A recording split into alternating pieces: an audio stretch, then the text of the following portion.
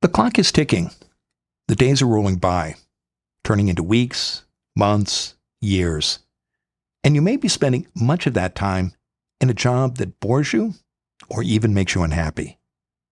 What stops you from quitting? You may feel that you've already invested too much time to leave, that the next job could be worse, or that you can't afford to make a mistake.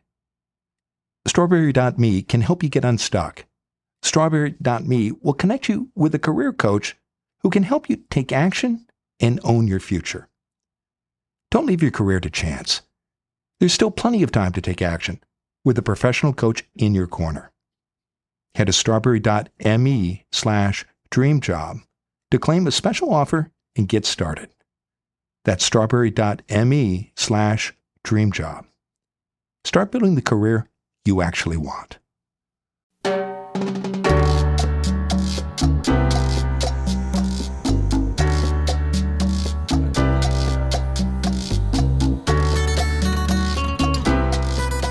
This is Find Your Dream Job, the podcast that helps you get hired, have the career you want, and make a difference in life. I'm your host, Mac Pritchard. I'm also the founder of Mac's List. It's a job board in the Pacific Northwest that helps you find a fulfilling career.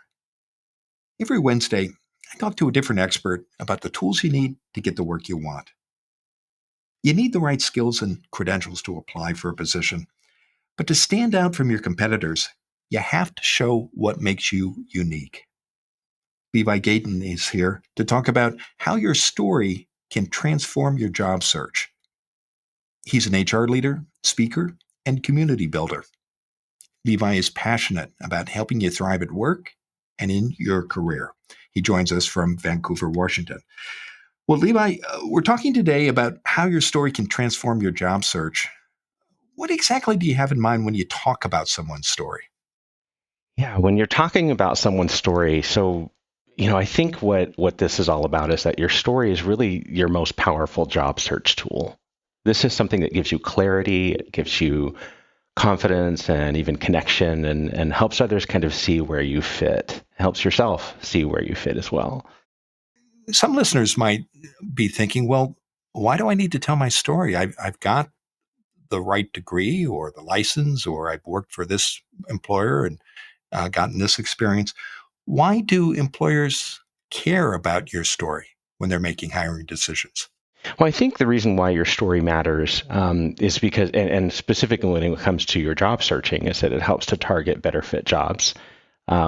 Organizing yourself around your story is what also boosts the quality of your resume as well as your cover letters, and kind of builds a foundation for even interview answers, right? Your story is what connects the dots between your past and where you're headed. And so this is something that creates alignment. Hiring managers are going to get why you're applying. It's also going to show impact. So you're not just listing tasks, but you're actually proving value here. And then it also makes it memorable, right? Stories stick, and resumes have a tendency to blur. So it brings focus and discipline to your search, as well as helps you improve your applications and your responses in interviews. And you touched on this a moment ago, Levi, how does telling your story help you stand out from your competitors? Because, everybody has sat down at LinkedIn or one of the job boards and seen their, X number of applications. How can your story make you distinguish yourself from the other applicants? I think it shows intent and it shows purpose. It also shows clarity, and it kind of helps bring that to the hiring manager. And I think what's unique about that is that a lot of other job seekers might not be telling their story in a way that is coming from their heart, but is more in alignment with what the job description is showing. And that might be a really important aspect of it, but there's more to that than just aligning yourself with the job description. The hiring manager has a job description. They already know what it is they're seeking, but they want to hear from you, what it is that you do, that you bring value. And I think taking that moment to be unique and express yourself is what I think stands out and makes the difference between you and just the average job seeker. I want to talk about how to define your story. Before we get there, what happens, Levi, in your experience as an HR leader, if a candidate doesn't organize and share a story when applying for a job? If a candidate doesn't really organize and share their story, I think the lines get blurred. And to me, it almost looks for almost like a formulaic response or automatic response. I don't get the uniqueness, and I don't really see the individual that I'm reviewing when I'm looking at something like this. I can tell the difference between somebody using those buzzwords and keywords that just align with the resume versus somebody that says, here's my experience and here's what I've done and how it translates into the role that I've done. And so that is what I see as a hiring manager myself. What stops candidates from telling their stories? What do you see as common barriers? Common barriers. That's going to be things like that. I would say it comes from things like fear of judgment, thinking maybe that their story is boring or worrying that it doesn't really match a perfect path. A lot of things that also might stop people from sharing their story comes from cultural conditioning as well around humility. This can look like internalized dialogue or maybe even feelings that sound like, I don't want to brag, or I don't have the right experience, or maybe my path is too scattered and no one will care about my story anyway, right? So those are kind of the barriers that I see that help, I would say that facilitate people for not sharing their stories, that fear, that doubt, that unclear direction that holds people back. But those are common and those are also fixable. They are common, and I know you've got solutions. One barrier I didn't hear you bring up was sometimes I've met candidates who think, well, I don't really have a story to tell. What do you say to a listener who might be thinking that? I would say that it's important to probably examine a little bit deeper. We've all woken up every day and we've all lived our lives every single day, and we've all been faced with a number of challenges every single day. Whether or not we feel it directly relates to a job, I would argue that it actually does. Let's take somebody, for example, who maybe is just coming out of college. They have no degree. Maybe they are an Uber driver, right? And maybe they've done some tutoring, and maybe they've done some social media gigs, right? There's a lot of different places that we come from in our lives that can tell stories of things like resourcefulness or hustle, right? And I think that it's important to really look at everything and see what that translates into. What is the theme here? And what are those dots that connect your everyday life experiences into the type of thing that you're wanting to do? What mistakes do you see applicants make when telling their professional stories? The mistakes that I would see when an applicant is telling their professional story, I think, is not giving themselves enough credit. I think sometimes it's important to be able to not be afraid to toot your own horn. I wouldn't use words like kind of, or I wouldn't use words like supported, but I would use words like led, and I would use words like boost. There's a lot of directed. There's a lot of things that you do that I think we just don't give ourselves enough credit for. And I think that when you don't give yourself enough credit for doing something, that kind of has a tendency to translate into the words that you're putting together. Well, I want to talk about how to tell your story effectively, and you've got some great tips for how to do that, as well as the frameworks you touched on at the start of our segment. Stay with us. When we come back, we'll continue our conversation with Levi Gaytan about how to tell how your story can transform your job search.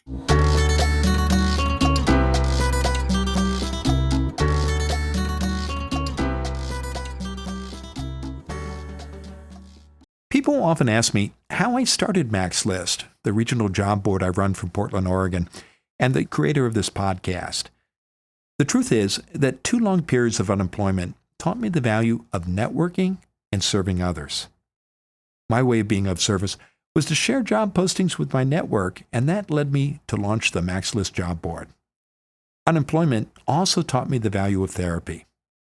A good therapist helped me with managing the stress that can come from being out of work. But finding a therapist, especially one who will take your insurance, can be tough. Rula can help. Thousands of people use Rula to get affordable, high-quality therapy that's actually covered by insurance. With its diverse network of licensed professionals, Rula's therapists and psychiatrists make it easy for you to get the care you need. Find out for yourself. Visit rula.com/dreamjob to get started. After you sign up, you'll be asked how you heard about Rula. Please support our show and let Rula know we sent you. That's rula.com/dreamjob. You deserve mental health care that works with you, not against your budget. Ding! You know that sound. It means adventure is about to take off. But here's another kind of ding. The one you'll hear when you start learning a new language with Babbel. Babbel has worked for more than 16 million language learners of all ages and has more than 1.6 million five-star ratings. Learn everything you need, from vocabulary to culture, while holding your own in conversation with anybody. With Babbel, it takes just 10 minutes a day. I use Babbel to keep up the Spanish I've learned in school and from trips to Latin America and Spain. It's been more than a year since I last visited Spain, so Babbel has made a huge difference in helping me maintain my Spanish. I want you to learn another language, so I'm teaming up with Babbel to gift you 55% off subscriptions, but only for our listeners at babbel.com/dreamjob. Get up to 55% off at babbel.com/dreamjob, spelled BABBEL.com/dreamjob. babbel.com/dreamjob. Rules and restrictions may apply.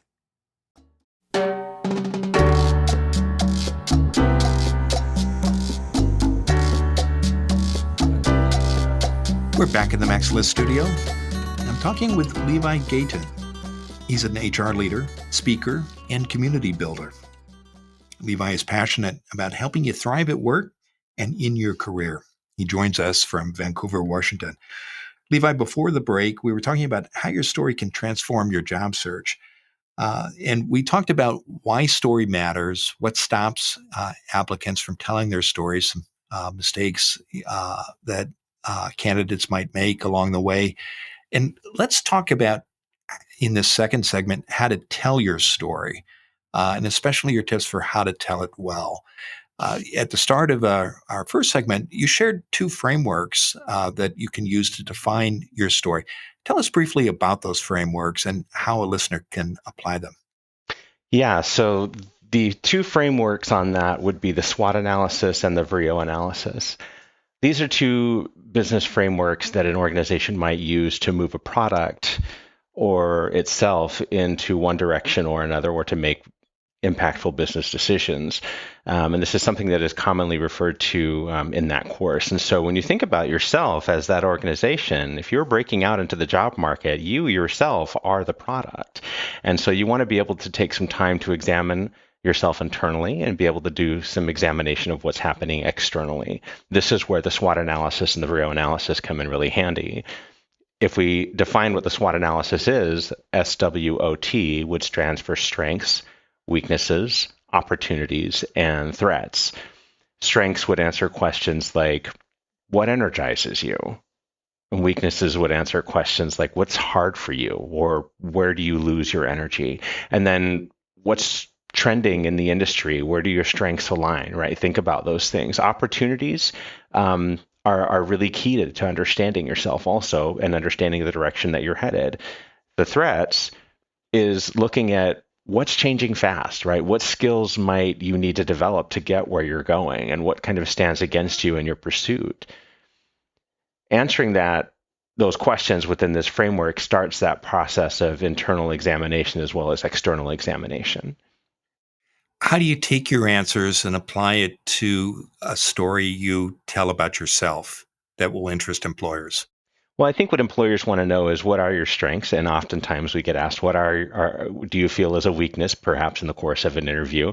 And I think that just being able to align this out into the framework that it is then translates you into being able to speak to it.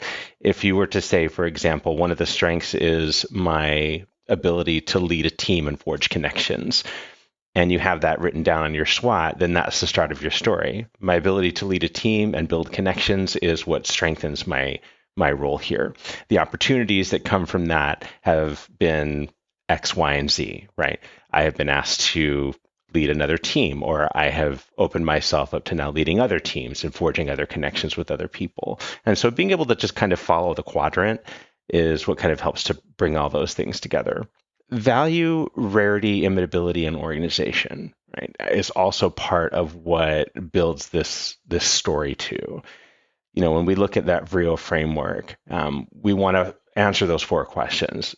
The first one being value. What do you do that creates value for others, which also stands to be a strength? Think about the rarity here. What is unique about your approach? Maybe your background or even the results of the work that you've done in the past. What is it that is special about you? And that you feel that nobody else can really copy, right? And that takes you to inimitability as well, which is the I in the VRIO framework. What part of your story is something that can't be easily copied, which thus translates into a value for many organizations to say, hey, this person carries this skill, or this person carries this trait or quality about them that is something that I need to be able to build the connections that I'm building here as an organization. Now, being organized is asking yourself, are you showcasing this value in your resume or within LinkedIn or interviews? And so really how to do it is just by asking yourself those questions, right? What am I great at? What have I done my best work? When have I done that? What do I value in work or culture? And what trends or roles match those skills? And how do I most importantly take that information by answering those questions to then write a paragraph about it? So let's talk more about that, because you have these two frameworks. You're listening at home. You've written down the acronyms. Come you've created 3 or 4 responses to each part of the two frameworks, and now you're sitting down to create your story. You suggested a moment ago writing a paragraph. I- Say more about this. How do you take the analysis and turn it into a story that you then can apply to your application materials and your interviews and your networking meetings? So think about this. A strong story is something that is simple, is relevant, and it's tailored to the role. And there's a formula that you can use that actually helps you build this together and put all these things together. So the formula would be first, I would say before, action, result, and then why it matters. Talk a little bit about maybe a challenge that you faced, and that's the before. The action would be what you did in response to that challenge. The result might be what's changed as a result of the actions that you did or your response to that challenge, and then why it matters. What does that mean now, right? And so using plain language, not necessarily buzzwords, is going to be helpful in this thing that you're doing here. And then also connecting your story to what the employer needs, I think is important, because a story is great, but we want the employer to be able to see the purpose here, right? The purpose of me telling you this is because this is exactly what you're looking for, and this is how those dots connect. That's the ability to end with aspiration by showing where you're headed. So you've done the analysis using the two frameworks that you outlined at the start of this segment. You've written down your answers and turned them in to a story, and then you've used your third framework to create stories that you can tell in response to specific needs of employers. How do you organize this? Continue to organize and apply this material well. I want to dig in a little more about your point about understanding the needs of employers. How can you be clear about what employers need? What have you seen work well for candidates when they're trying to take this analysis and this story and make sure that it aligns with employers' needs? Being able to take the information from the analysis and then applying it to what the employer's needs.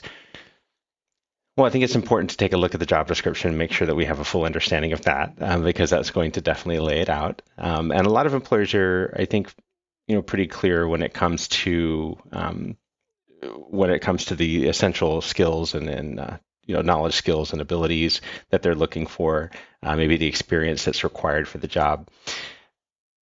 But taking your life experience and to be able to turn that around and say, yeah, this employer is looking for somebody who can lead a team to greater success in customer service, for example. Right? Well, you might be somebody who is a parent right? Who might be maybe you've taken care of kids for a long time, and now you're trying to break into a job that's going to be leading a team of customer service people that is to greater success. Well, you have kids and your experience as a parent to be able to draw from that experience, right? And so that would be among the list of things like strengths. What's worked well if you were a parent in this example when it's come to leading your kids to successes, to doing things that they've been wanting to do, or to being able to impart wisdom to those kids. And so translating that over to your to the need of the employer, which is to being able to lead a team, well, your kids are kind of like that team, right? And so this is what's worked well for me. And the theme here is not necessarily treats and toys, but it could be, what is it that worked well? Being able to captivate, right? Being able to catch attention, being able to motivate. Those are the words that the employers are looking for to be able to say, yep, this is somebody who's had experience motivating and captivating attention and being able to forge connections and being able to lead with purpose, right? Into what it is that I'm specifically looking for. You mentioned looking at job postings to understand employers' needs. What else can you do to, beyond looking at what might be available online, to understand the problems that employers trying to solve so that you can craft a story that shows you're the person that can make that hiring manager's life easier? Don't hesitate to reach out. Informational interviews are great. If there is something that you want to do and a role that you want to work in, I say don't be afraid to ask. Talk to the people that are on the ground, right? And you can do that through LinkedIn and by reaching out to some of the employees at the employer, or you can reach out to the employer themselves, even the hiring manager, and say, hey, this is a role that I am particularly interested in, and it's something that I'm curious to know what is your biggest challenge, right, when it comes to filling jobs in this role, or even with where you are as a business and what prompted the need for you to be looking, for somebody to carry out this type of work. Just by simply asking those questions is going to show interest. And for myself, being as a hiring manager, I'm interested in those people that reach out to me and say, hey, I'm curious. I want to know, right? And taking that extra action, I think, is what sets you apart. You've hired so many people over the years, Levi. In your experience, how many candidates do this work? The self-examination, the organization of the story, the understanding of an employer's problem, and creating a story that shows that they're the person who can solve these problems. To be honest, I don't see too many. I see, and I do see some, and you can tell the difference between somebody who has taken the time to do that work and then be able to express themselves in a clear and direct way versus somebody who's just kind of shotgunning a resume that could apply to just about anything. And so I would say it's a rarity in itself for people to organize themselves around their story. But I think that a lot of people have found that organizing yourself around your story is a very helpful thing, right? Your story makes your job search smarter and stronger and even just more human in that process. And what helps you stand out is not necessarily by being flashy, but again, by being clear and connected to where you're going and being real about that. Well, it's been a terrific conversation. Now tell us, what's next for you?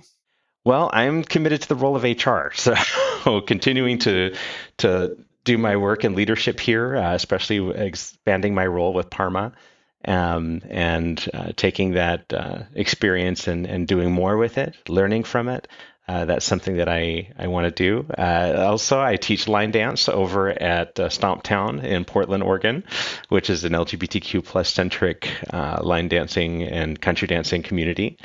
That's been a lot of fun, and so I enjoyed the opportunity to forge connections and bring about inspiration by helping people learn to do something that they've never done before, something that's different and that's unique, and show them that they have the power to be able to do those things.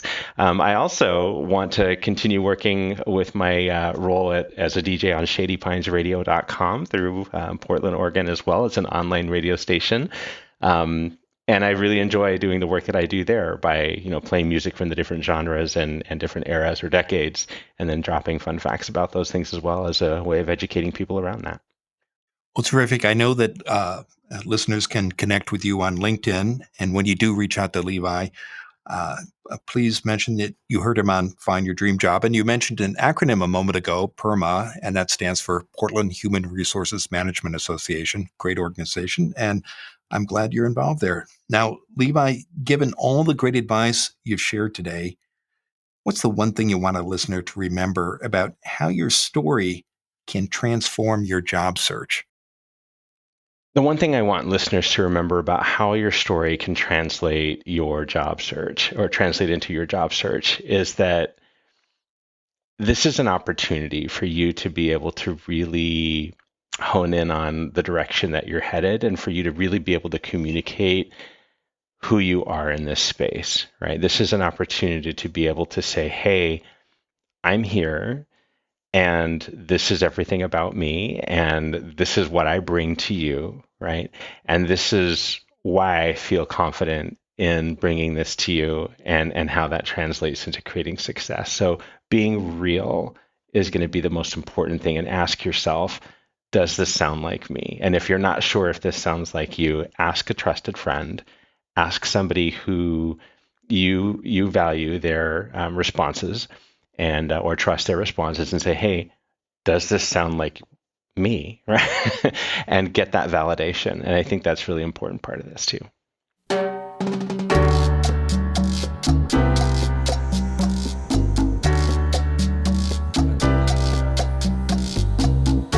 Next week, our guest will be Alondra Canizal-Shu. She's a career strategist and the founder of Soluna Career Consulting.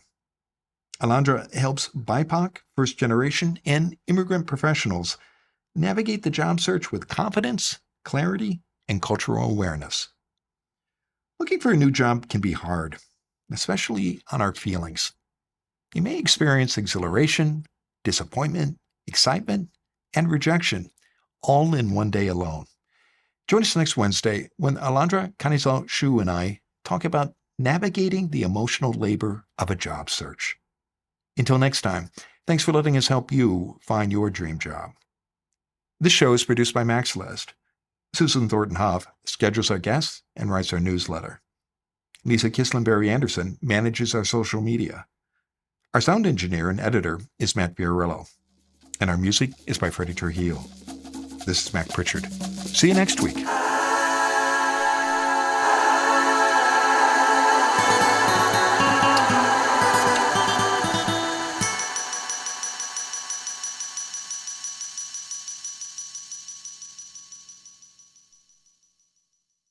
Have you ever been asked this in a job interview? Tell me about a time when you didn't agree with your boss. What would you say? This is what's called a behavioral interview question, and it's a common tactic. Employers use this kind of question to explore your fit for a job based on your past experience. It can be an easy question to answer if you have the right strategy. I show you how to answer these gotcha questions in our free Max List guide, 100 Behavioral Interview Questions You Need to Know. To get your copy, visit maxlist.org/questions. You'll also learn 4 simple steps for answering any behavioral interview question. Again, that's maxlist.org/questions. You can count on getting these questions in your next interview. Why not get the answers before you walk into the interview room? Go to maxlist.org/questions.